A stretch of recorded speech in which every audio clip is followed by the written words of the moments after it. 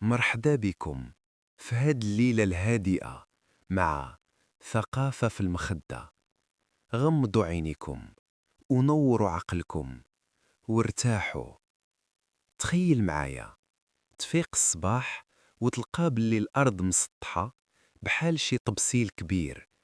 المركز ديالها هو القطب الشمالي وداير بيه واحد السور ديال التلج كيحبس ما ديال البحر باش ما يطيحش في الفضاء. والشمس والقمر غير قراب لينا وكيدوروا فوق مننا. ولكن كي غادي تكون حياتنا في هاد الأرض المسطحة؟ أول مشكل غادي نواجهوه هو الجاذبية. في أرض مسطحة الجاذبية غادي تجر كل شي للوسط ديال الطبسيل.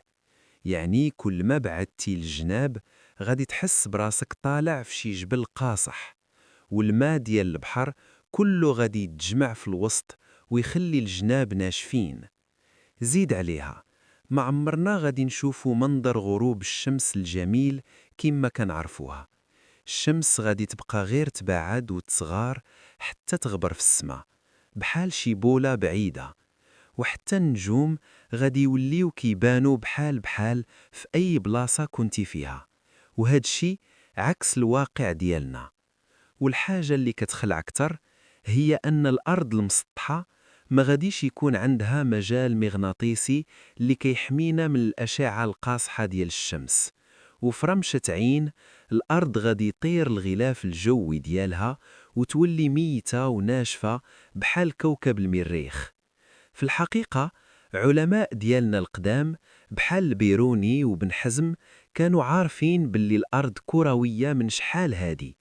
وهاد الفكرة ديال الأرض مسطحة ما هي غير خرافة جديدة بانت عند بعض الناس في الغرب.